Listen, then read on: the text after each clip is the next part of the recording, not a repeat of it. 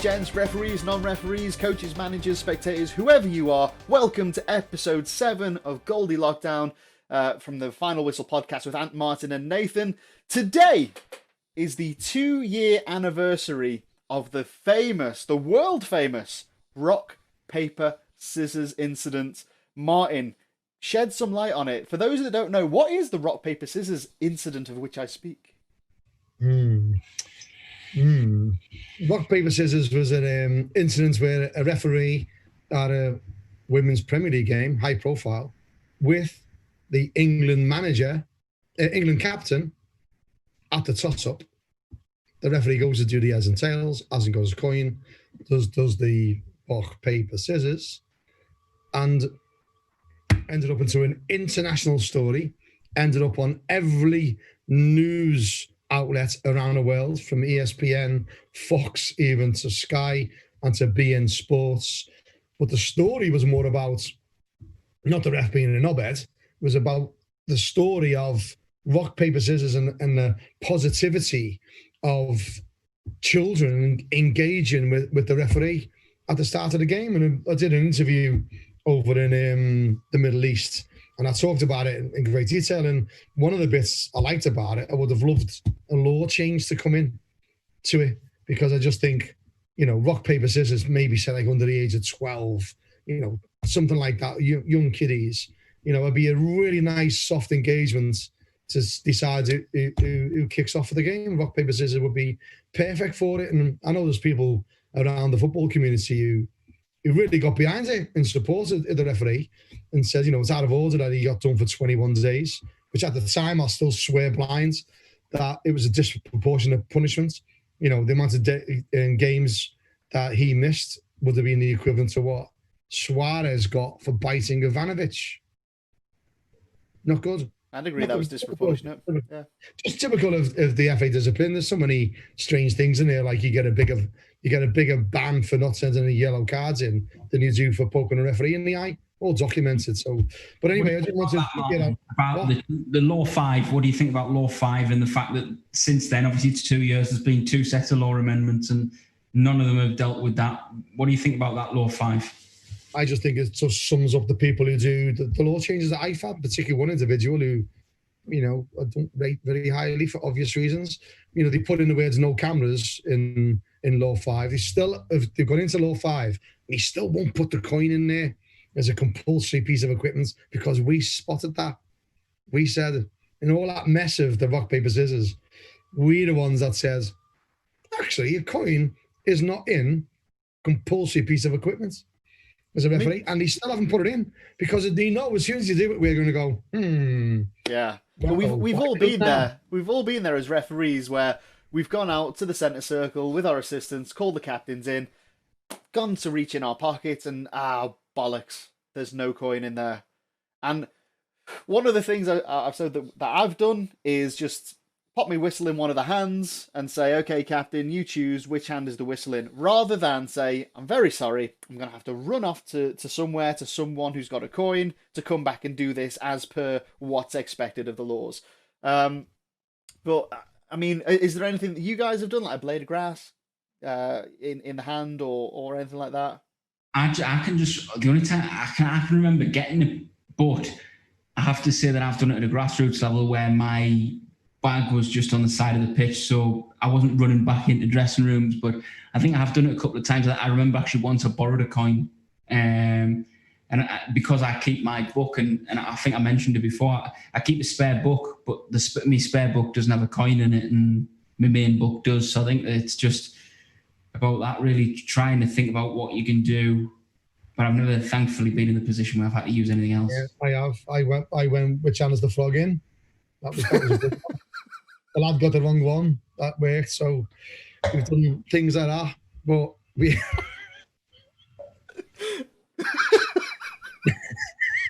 I'm not going to do one. I'm not going to do that one. So...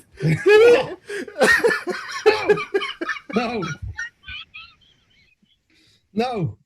I'm not going to do which hand the Viagra pills in. I'm not going to do that one.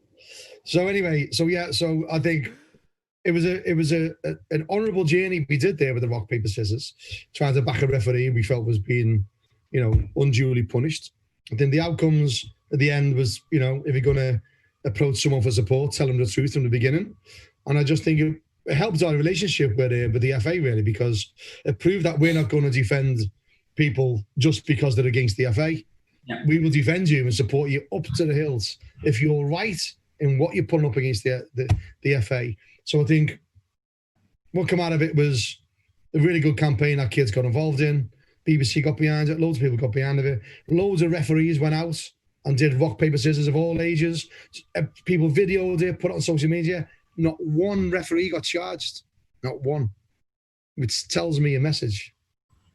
Sometimes if we all stand up together, it's too big for the FA to address. So from a small issue like a coin to hundreds of people across the globe, probably thousands, going, well, do you know what? Rock, paper, scissors. And he did it. And no one got charged. Just thought that's a nice message there for whenever we need to come together as a community of referees. And when we do, remember, if you come together as one cohesive group, you will bring about big change. You get heard.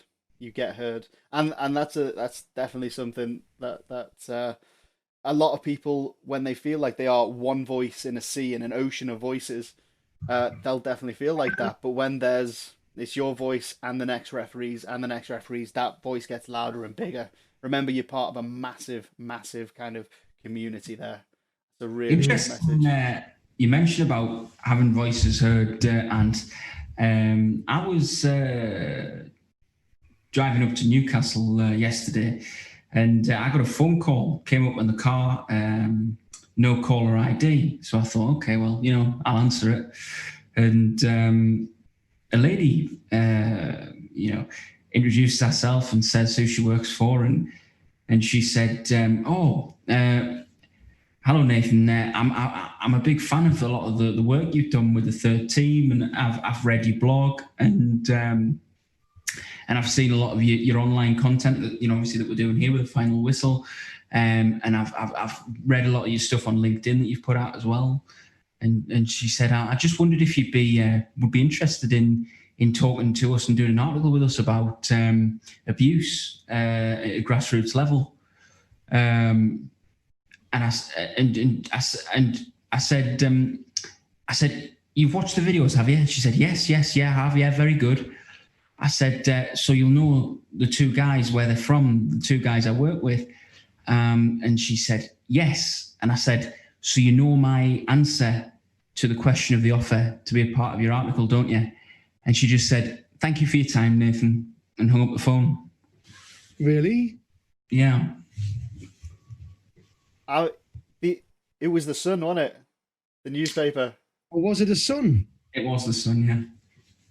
Fair fucking play. Oh, swore.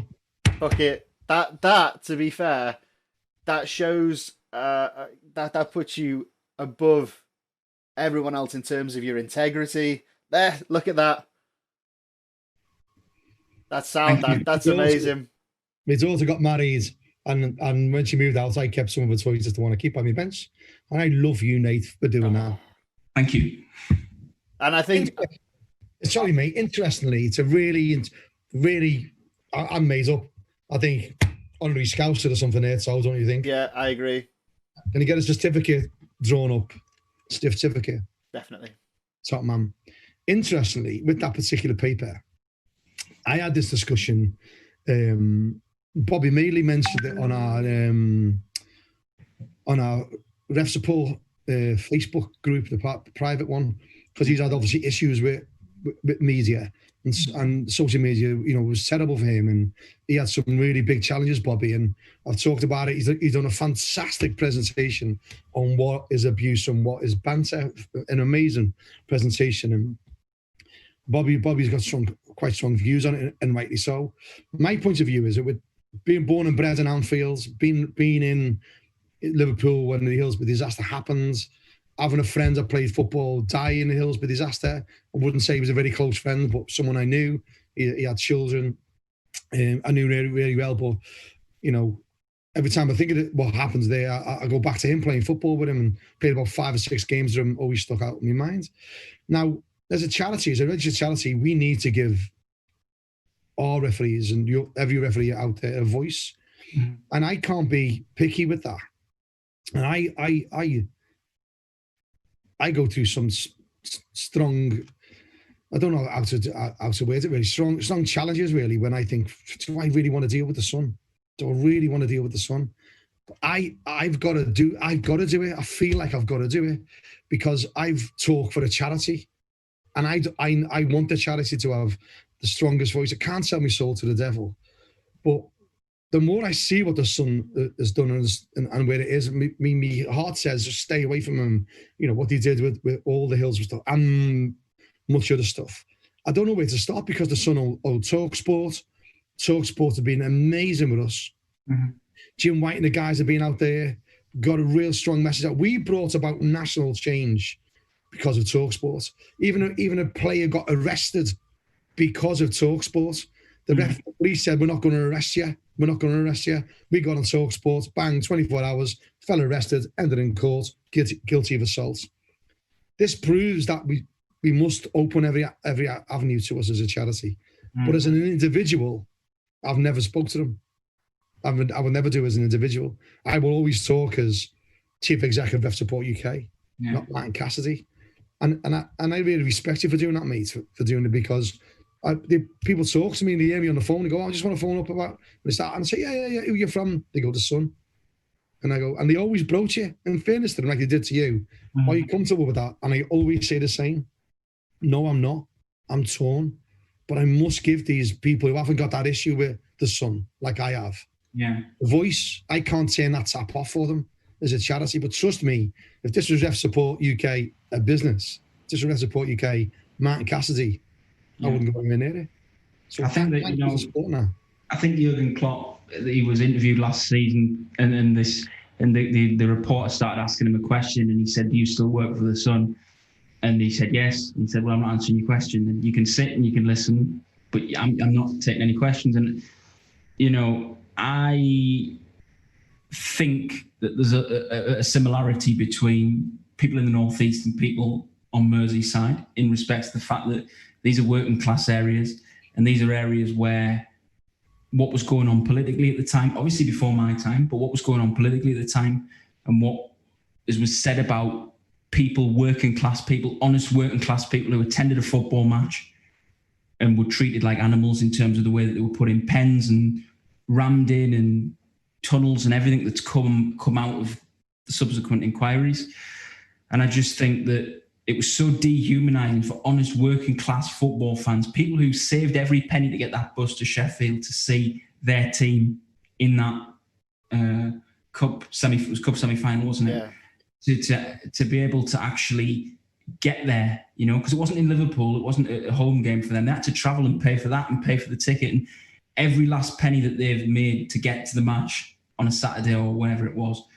And I just think that it's an absolute disgrace to them that what goes on and what has gone on since with other things that have been printed in newspaper like that, it just doesn't wash with me at all. And I can't be complicit in that.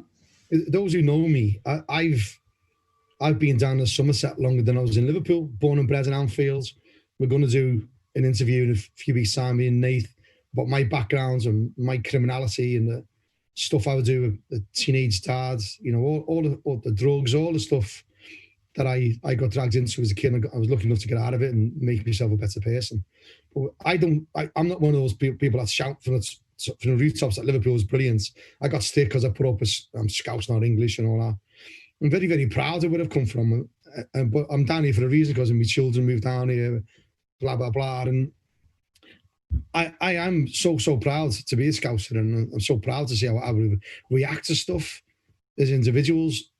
One of the things that got missed in Hillsborough, I believe, not that I'm trying to say it's more important, it's nothing's more important than losing your life and all the injustices that those families went through is horrendous. But no one's really got hold of the team of officials on that game. Yeah, and I called a while back, just in comments on Facebook about Ray Lewis, who was the referee, Ray Lewis was mentioned in Kenny Dalglish's book. Isn't this weird how this has developed? It just said we're going to talk about completely something else that's developed into this. Is Kenny Dalglish says, look, he's been sort of left behind. And you know, I talk about people like Ellery because I don't believe they've been good for the game, and he gets an OBE for what's he done really. Someone like Ray Lewis, who's done that game, and as a team of match officials on that game, have never tried to make any collateral out of that game. I know they will be sort of, you know, aspersions cast at them, but there's people out there that try to make money out of stories like, you know, disasters, you know, and he's never done it. And he still gives back to referees, and he's still a wonderful, wonderful human being. I've met him many times. A couple of years ago, I had dinner with him. He was at a do for a league we sponsor. He's just a top draw man, an absolute top draw man. And when I see people like him in the game not getting OBEs, not getting stuff, and other people who I don't think deserve it, like Ellery, particularly when he made racist comments, you know, that he admitted making, and no one said get his OBE away from him, whatever. I get quite upset about it, quite angry about it. And tying it all together with the press is that he could have easily gone and done an article in the paper, Ray Lewis. Could have easily gone and done something, but he never has. And I just hope one day, you know, it comes out where he sits, not for him to make money or collateral out of it, just from a unique perspective. And when I talk to people about running with this, talk to the RA, they weren't really interested in it. I've got an email from them. I didn't know really where to go with it. It's more about recognising that you never made collateral out of it.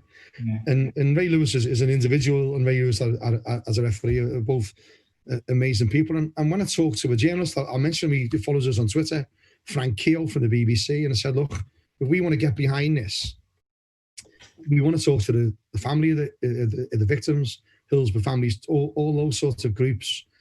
Because we don't want one in a million years for anyone to think he wants an OBE because he did an horrific game like that. We want an OBE because of what he's done anyway in teaching refereeing and helping people and giving back. Really services to refereeing. And he's carried the weight of that, you know what I mean? And still, and I wouldn't even know where to start with regards to carrying the burden of what those families went through in the club itself. But all I can say is I know how it affected the city. I was there. I remember it clearly. I remember this dark cloud that still hasn't really gone away. Really. I just think that one of the really, you know, from what you said there, that it was really touched on, and I saw it was either a year or two back now. I saw a fantastic article on Football 365, the website. It was a really good article, and it talked about Peter Jones, who commentated on that game. I think it was for the BBC. And basically he delivered that line that's remembered where, you know, he talks about what had gone on and all the horrific things that had happened during the day, and he just said, and the sun shines now. And he died, I think it was 92, I think he died, if I recall correctly, and that's only 3 years obviously after that.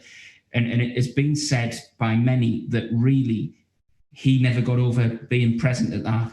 So if we go back to obviously the referee and the team of officials on the day, Ray Lewis, and obviously his assistants and people involved, you have to think, well, if that's actually had such a sort of negative effect on Peter Jones, the commentator, that it's sort of, in a sense, killed him in a long sense, where he couldn't get over it and it's hurt him so much that it's actually ended his life.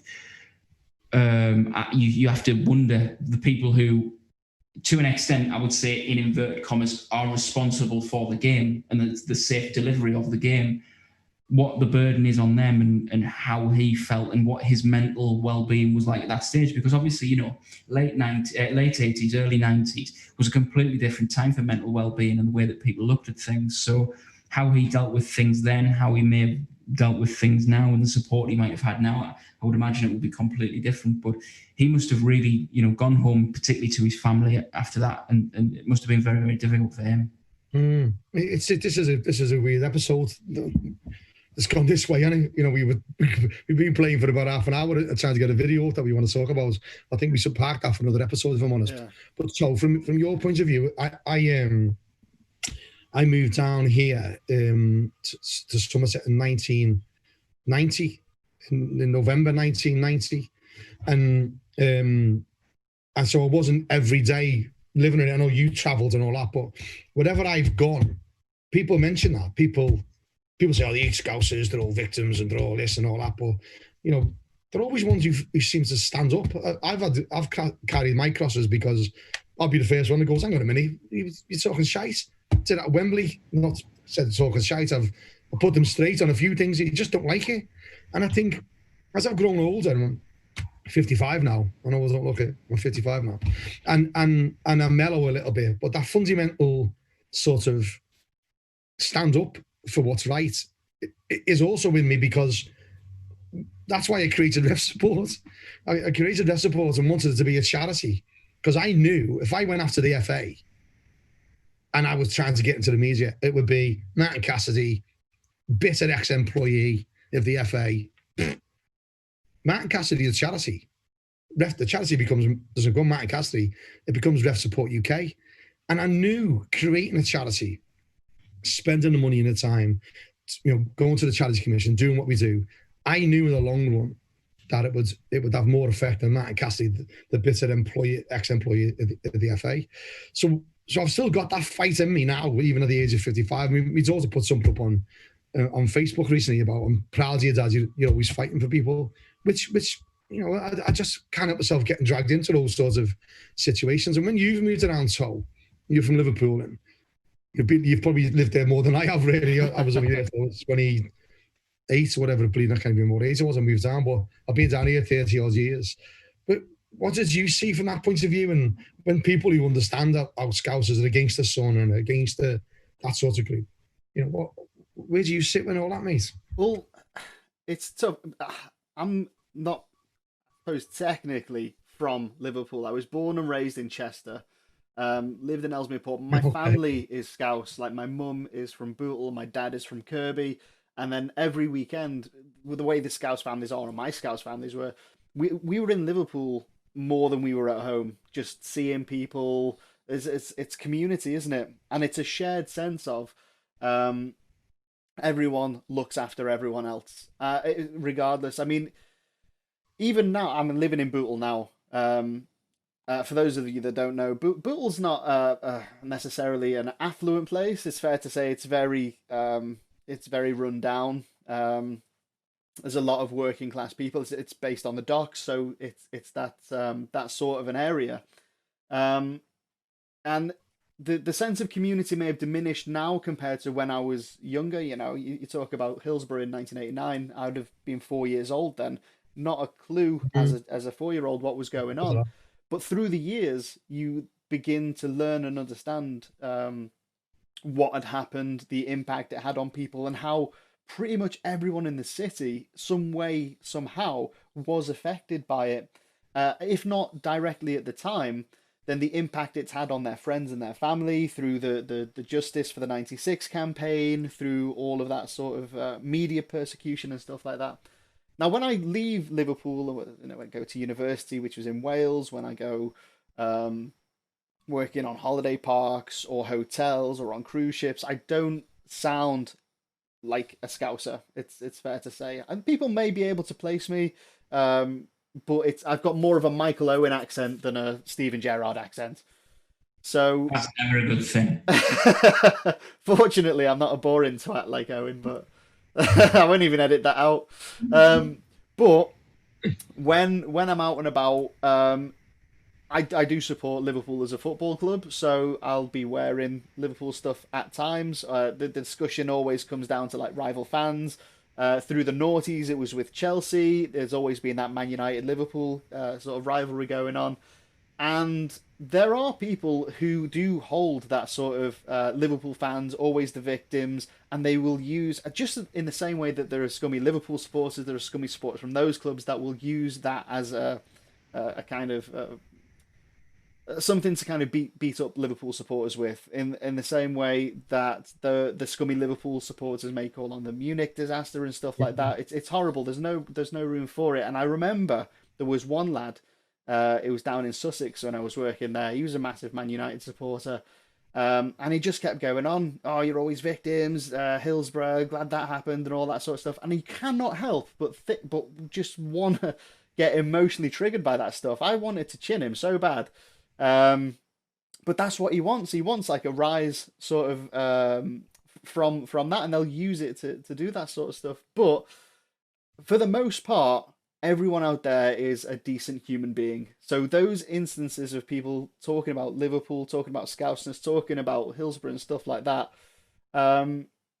because I've lived the Liverpool life as not an outsider because it's my family, but as someone that doesn't necessarily act or sound typically Scouse.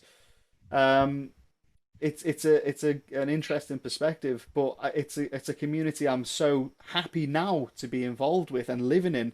With this lockdown year that's happened the way it has, my wife is due to give birth in like a week, so that's not far away. And the amount of help and support from absolute strangers, but all living locally, people that are wanting to give, donate clothes, donate this, donate that, is amazing. It's not something that I can imagine from all the other places that I've lived. There would be that outpouring of generosity in a time when everyone is struggling, but everyone is also still willing to give the shirt off their back to help you if you need it a little bit more than them. And I think that is the best thing about Scousers. I don't want this to turn into like an advertisement for Liverpool because but it has. It kind of did. How come you've been down in Somerset so long? Yeah, it wasn't that. The reason this is an accidental discussion is why I wanted to bring it back that way. Is that if that's affecting us, we've moved away. You've gone back, you've travelled. It's still with you. Yeah, it's still with me. I wasn't affected anywhere near the families where I would never even dream to say that. But imagine what it must have been like if you were the referee. Yeah, we're the linesman, the fourth man. And that's where I wanted to bring it into the podcast. I just wanted evidence. Here we are with those little things of community, how much is there, why Scousers are like they are. Even before the Hillsborough disaster, they've always had that sort of fight, even Dockers and God knows what. And it's like so. I feel a little bit disingenuous now because we mentioned Ray Lewis, we haven't mentioned the Linehouse. Don't even know who they are. Something we'll have to look at there. Yeah. And I just thought we're bullying this week. It's anti-bullying week, where the way we get bullied is a sort of community was that we're fair game, and then we're sort of the last to be thought of. This is another example of that. When I mentioned it to Frank, the journalist of the BBC, I said, "Look, this is I'm thinking about trying to get something organised, trying to approach someone of do we get very recognised in the team, not because of what they did." The fact that they've done lots around it while that's been in their life. And that's the reason Nathan gets a phone call from his trainers in the Sun. We end up talking about stuff like that.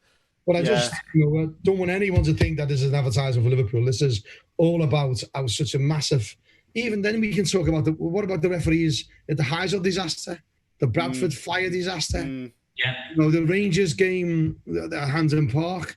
Yeah. There's all these things that have happened in sport. I'm sure there's other things I've forgotten about. If I've forgotten it, please, forgive me. But like the referees are never mentioned, and we know as match officials how sort of invested we are in a match emotionally. Yeah. You talked a while back, Nate. Oh no, so was it one about the injury, the real badly broken leg? Was it? When we talked about that, one of the games was a bad injury. I've had a few, The young lad, the 15-year-old lad. You talked about how it affected you with regards, like, and those little things. Imagine where you must have been as a referee when you paused that game, and then the referee the replay. Yeah. Not devaluing what happened at Hillsborough. Never the conversations about things like that happen, which I don't think people can actually get over. But that sort of part of that horrible event is never sort of being looked at to evolve the fact of the mental health challenges that we can face and how we cope with them. Because he's given back so much, Ray. That's why I keep mentioning Ray. His mentoring and stuff. I think he does stuff with the leagues committee now. And I just, really sort of caught me offside this really, mate. Yeah.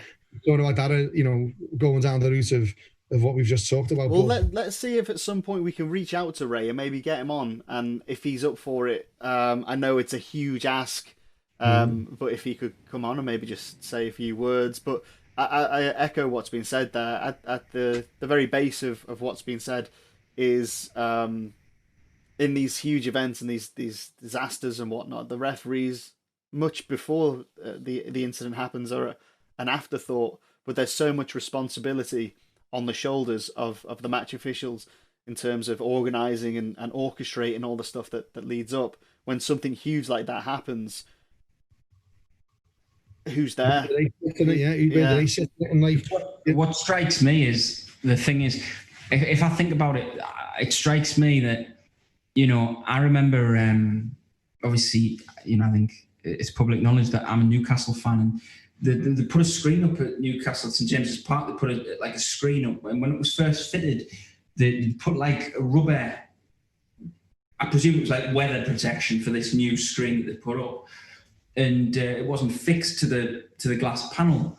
Well, the referee said, no, we're going to have to delay kickoff. He delayed kickoff, and he made sure that thing was not flapping in the wind, that bit of rubber that was alongside the screen. It just goes to show, I think it was Martin Atkinson, as I recall, and it just shows you the attention to detail that needs to go on from, obviously, a match official arriving, talking to the safety officer, talking to everybody who's going to be involved in the delivery of that match, but also talking about those real things where he's come out, obviously he's inspected the pitch, he's done his check with the goal line technology and everything that he's done. He's also had a look, because this is up in the upper echelons of the stadium. He's had a look up and he's thought, right, that's flapping in the wind, that could be a potential safety risk. So I think it just goes to show how much the attention to detail referees have to have, particularly now, to actually make sure, because they're taking that responsibility. Because if that screen drops where it is in that particular stadium,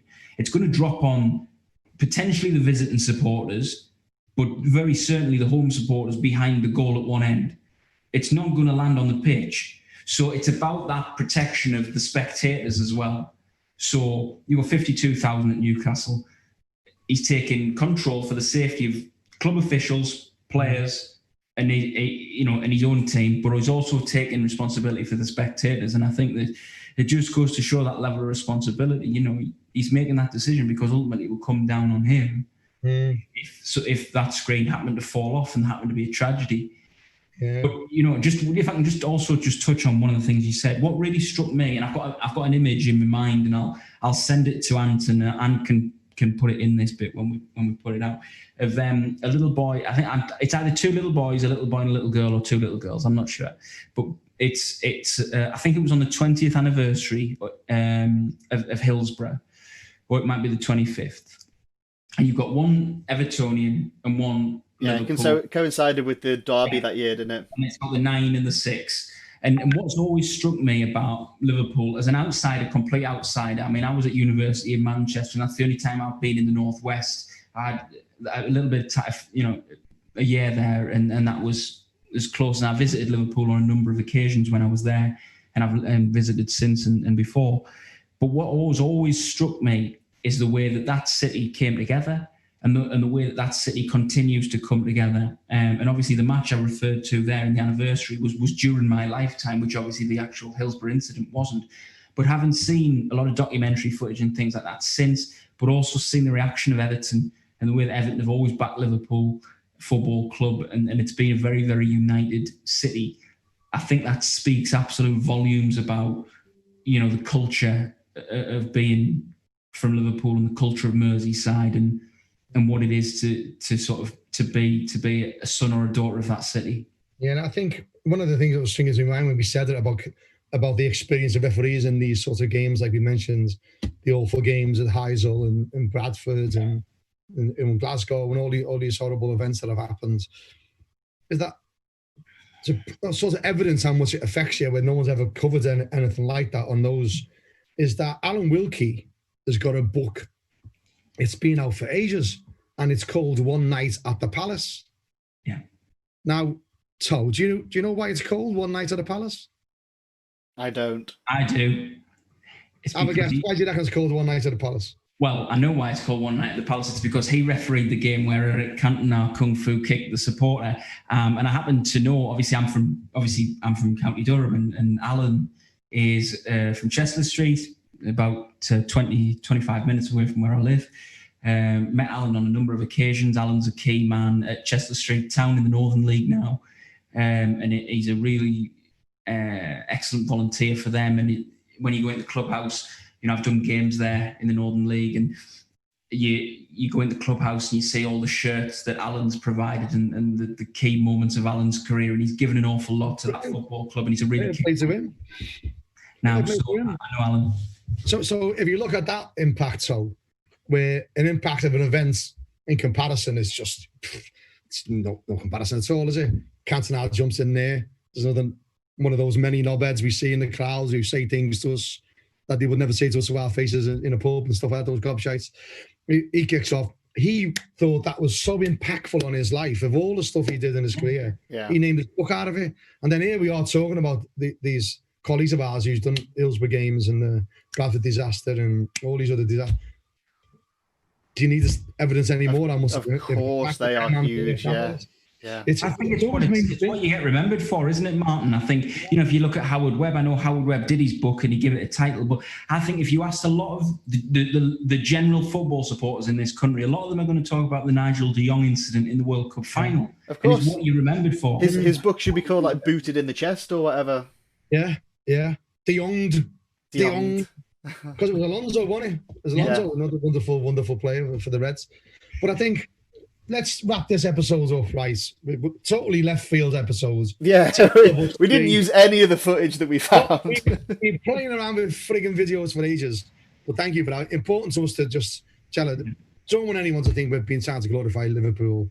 There's wonderful cities out there. I'll even put it on here now. Manchester is a wonderful city. It really is. Manchester, wonderful. There is a Manchester thing.